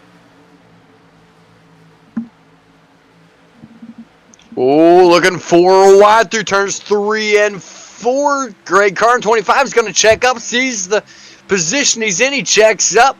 The 34 is going to check up as well, give everybody room. Everybody's going to settle back down. What a move right there. What smart driving by drivers like Greg Carr right there to let out of it and give way to everybody else coming around him instead of keeping it 4 wide. Now looking right behind these guys coming to the inside. That's going to be the 42 looking to the inside of these guys here, trying to make his way back by. These are 4 positions, 17th through 22nd. Bryce Hunter right there in that 17th spot. He's got a hornet's nest of cars tracking him down from behind. Chuck Gentile, after his mishaps throughout the race, looking to try to fight his way back with the 42 of Todd Mays right there, right behind as well. And while that battle was going on, we got a battle for the race lead here. Ott and Lancaster, those two have been swapping spots for the past 3-4 laps. And now here comes Mays, here comes Shutters. And now let's make it a 4-car battle for that race lead there, as it's Ott, Shutters, Lancaster, Mays, and even Alex Penn is right there as well. So make it almost a 5-car battle for the race lead here as we close in on 20 to go. Everybody single files out, moves to the high side as they see Alex Carr down on the bottom side of the track, and they work their way by him safe and sound. Adam Lancaster's going to have to give way to Jim Ott. Jim Ott back to the race lead, but Radburn Shutters really wants to get back in the mix, showing his late race speed right now in that number 3 machine. I mentioned it earlier, the kind of speed that Radburn Shutters has late race, late run on tires. How he's able to maintain his pace, and right now you're seeing everybody else burning their tires off. Radburn Shutters fighting for that 2nd position now, and going to be looking for more out of this race if he can get past Adam Lancaster. So battles are on here. Lancaster trying to hold at least a top 3 spot here, but Alex Penn there is right behind as well here. So Shutters and Lancaster, that's your battle for 2nd. Alex Penn right there in the 4th spot, but you see Jim Ott. Now, I think he's had the biggest gap between 1st and 2nd of the race right now, and it's with under 20 to go here, so 19 laps to go, and Jim Ott is starting to pull away from the 2nd place car of Radburn Shutters. And those guys battling is exactly what Jim Ott wanted to see. Here comes Jordan Slater making more moves. He's made his way back into a top 5 position as he comes around Alex Penn. Alex Penn back up to his back bumper. He wants to get back into it. The 40 of Alex. Well, I said Penn, so maybe he said 30. I thought I heard him say 40, but Alex Penn, I believe, calling out a pit stop. Adam Lancaster's looking to come down this time as well. Not sure who all has called their pit stops out. James Harrison. So Alex Penn, Adam Lancaster, James Harrison coming down to 76. Mike Neal Jr. is on pit road. He's on his way out. Ryan Stedel on pit road on his way out. Greg Carr's been on pit road in his pit stop for over 20 seconds. Not so problems for that number 25 machine. So green flag pit stops for the first time tonight here, Alex, underway. Looks like Lancaster there. It's about a 10-second, a little bit more. So Lancaster, 14 seconds. So for 4 tires there and gas. As now it's going to be interesting to see here. There you see Ott now and Shutters going into pit road here. So it's going to be interesting if we can keep an eye on some of these guys on pit road here. Do they take 2 tires? Do they take 4 tires here? And do some of them just take fuel? So you see cars getting just tires done, but these 2 guys have 2 of the first pit stalls. So let's see here as they pull into pit road. At least right side tires there. Well. So right side tires are going on. And now let's see here. Do they kick it? No, so they'll go left side tires. So 4 tires for your top guys now, as it's going to be interesting as a race off pit road for those 2 there. As Shutters takes odds. So I don't know. Not real sure. I'm gonna take a look at this. I don't know. I did not see the left side of the car go up with a 13.7 second stop on pit road. Take a quick look at it here. So Shutters must have had a penalty because it's just that right side that went off for Shutters. So Shutters must have been serving a penalty there, because there you see Ott's, at least Ott. We saw both sides of Ott's cars go up. Shutters there, he's just sitting, so it must have been a penalty for Shutters now. But now it's getting down to the nitty-gritty here. 14 laps to go, and pit stops have become a thing here. Scott Fritz, though, he's your current race leader, but you see now with fresh tires, these cars are starting to move. Yeah, and look at the speed difference for 4 tires versus 2 tires. Jim Ott all over the back bumper of Radburn. Shutters was looking there for a moment. It looked like he's going to use Adam Lancaster as a pick, but Lancaster had the momentum to keep in front of him. Ooh, that Lancaster got up in the wall, grazed the wall a little bit right there. A little bit of smoke coming off the car. Does not appear as though it hurt anybody right there in that situation, though. But looking down through drivers that have pitted, and Travis Twitty last pit on lap 89. There's a possibility that Travis Twitty... there's no way Travis Twitty's going to be able to make it on fuel and tires to be able to come home with this one here. So the first of our drivers that pitted throughout the entire pit cycle was going to be James Silvers. He's the first car in and back out. Last pit on lap 99. He'll be good to go to the end of the race. He is the leader of our cars that pitted right around that lap 100 mark. So James Silvers looking to become the race leader. But the 2 tire stop for Radburn Shutters, I'm going to revisit that subject here for a moment. Did he get his speeding pedal on his way in, recognize that he was going to have a 2-second slower pit stop, and opt for 2 tires to save on time? Because that penalty time doesn't start until the car is on the ground.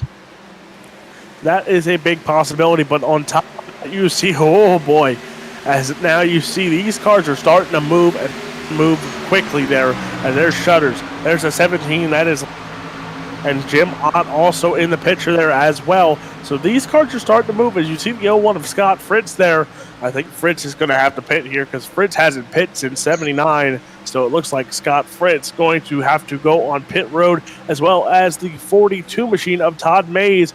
He might be having to go to pit road as well here, or old tires falling in the issue for that 42 machine. So now when that cycle comes back, some new leaders will announce here.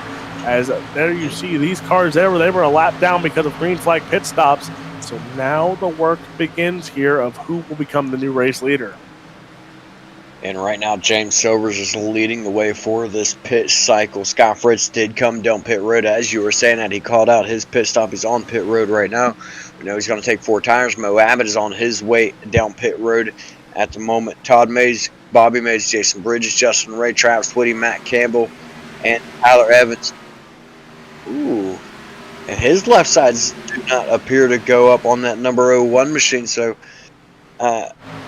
but all these drivers that still have not come down pit road, they've got to be banking for a caution right now. There's no way that the drivers that pitted around the 89-90 mark There's no possibility for these guys to make it the rest of the way on this race. I do not see it happen, but with 8 laps to go, these guys have to be praying for a caution to get down pit road, get fresh tires. But the problem is they're going to be mired back right around that 20th, possibly outside the top 20 position.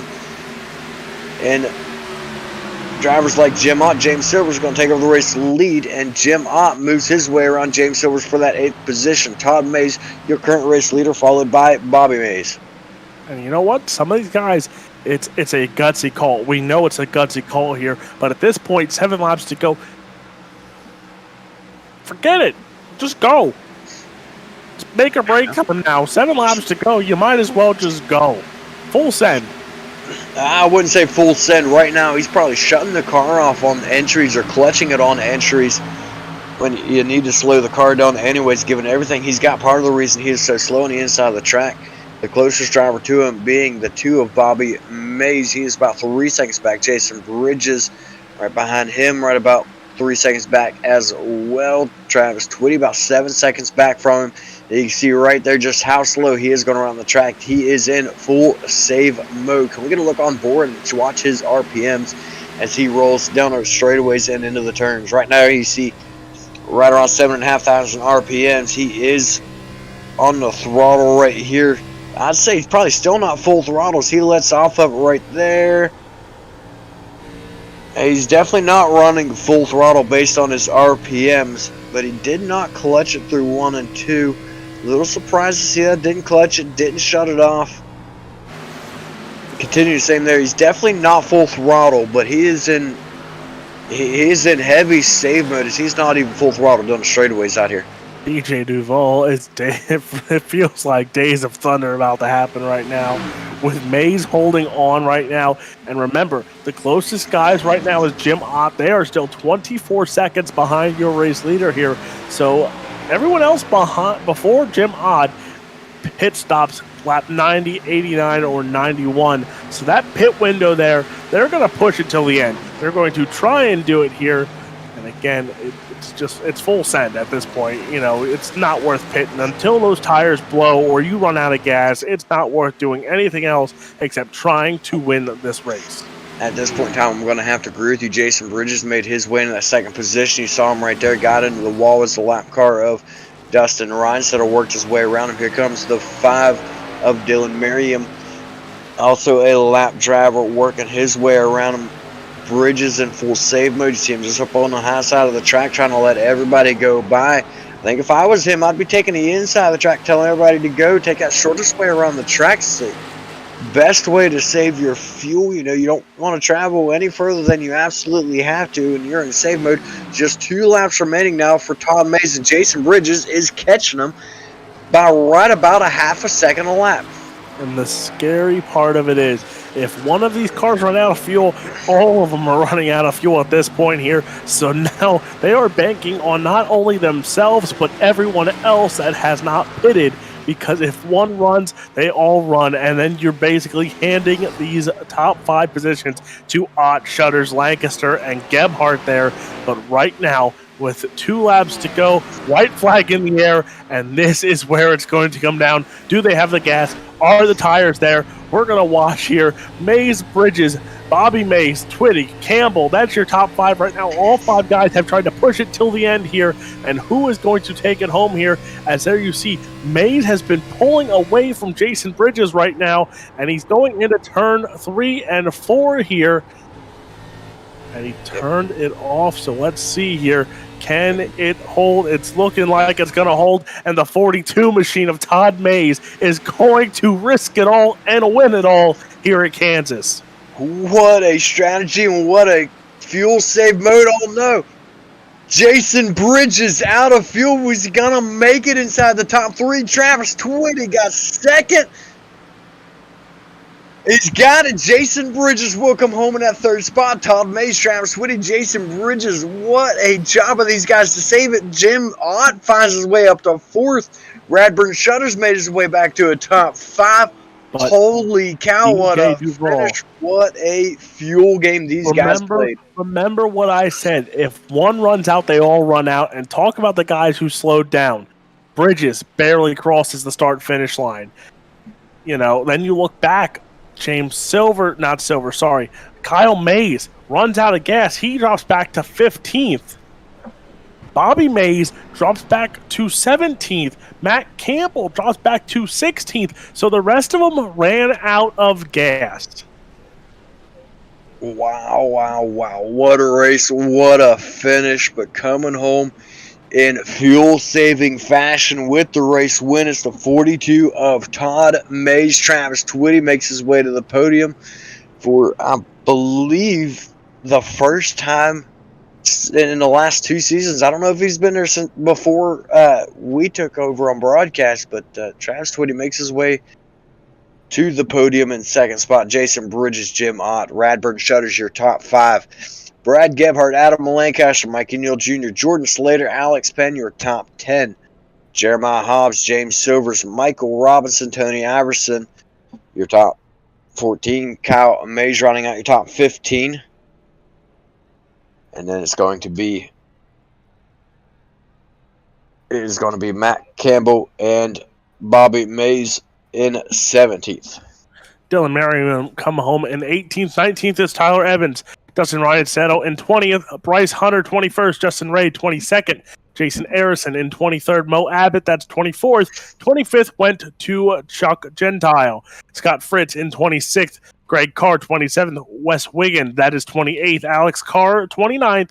And Robbie Richards comes home in the 30th position, and then it is Sean Kusturica in 31st, Blake Hensley in 32nd, Keith Haney, that is 33rd, 34th goes to Justin Winters, Nathan Mascroft in 35th, and then Keith Hackney, who did not make the start tonight, will come home in 36th position.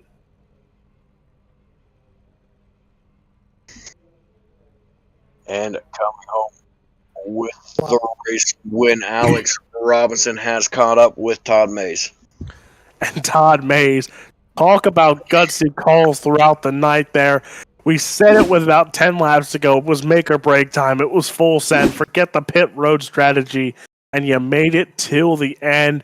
Were you sweating in those last 5 laps? I was a little because I was clutching the last 5 laps to make it. I actually had a fuel on the start-finish line right now. And, man, did you have any thought when you saw the gaps? We said it before. You looked at the top 5, and all 5 of you pushed it till the end there. But you said you ran out of gas at the start-finish line. Some of these guys didn't make it to the end of the finish line there, just, drop back because they ran out in turn 3 and 4 there. We saw the strategy. But how does it feel to be in victory lane after risking it all for the win? It feels awesome because I had some surgery and missed 2 weeks. So, I knew the only way I was really going to make the playoff was to win. So this feels excellent, guys.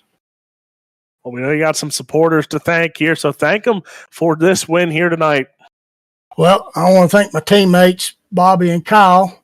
I want to thank my wife for putting up with me and letting me do this. And I want to thank Jason for running the best league in iRacing. And I want to thank you guys for having the best broadcast. That is your winner here tonight, Todd Mays.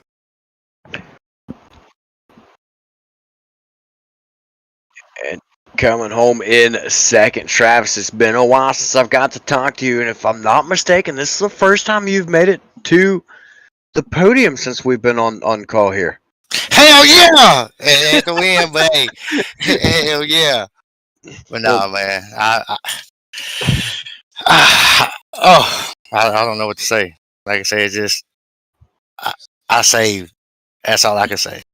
That you most definitely did, man. You stayed pretty quiet throughout the race. You kept the car relatively clean, a little bit of rear end damage, but nothing major. And in the end, it came down to the pit strategy. Was that the strategy you had coming in? Was the mindset coming into tonight to save and bank on everybody taking those pit stops, bank on everybody not having the same idea and going after a podium position or possibly a race win?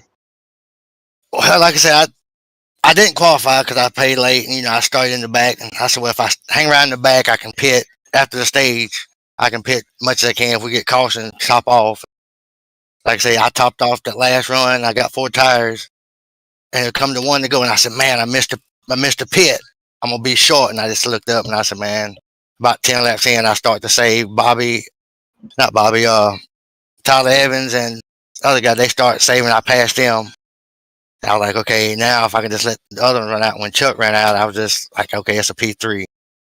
And I hate to say it, when my teammate come across on the Discord, he's like, man, I hope I make it. And he said, I'm out. And I seen him going into turn 3, and I was like, I'm gonna get second. But I was just hoping that he finished at 3rd right there, right behind me. Well, Jason Bridges did, in fact, come home in that 3rd position. High side hustlers, baby. But you came home in that 2nd position in style here tonight in the number 29 machine. Go ahead and thank your sponsors, shout-outs. Everybody help make it possible for you to get there. Oh, I'd like to thank Rise, Dub Print, all the guys on the High Side Hustle that helped me out. Brad, Tony, Clemens, Bridges, all of them guys at Lockwood, any guys I miss. Hey, man, I appreciate it. And like I said, all the guys who helped put my rig together, Gary Tucker, Billy Smith, Chris Stedman, guys. Without y'all, this rig wouldn't be here, and I thank you guys for it. Appreciate it. Absolutely. Congratulations again on your 2nd place finish. And coming home in 3rd, Alex Robinson is caught up with Jason Bridges. Jason, talk about it here. Yeah, you sweated.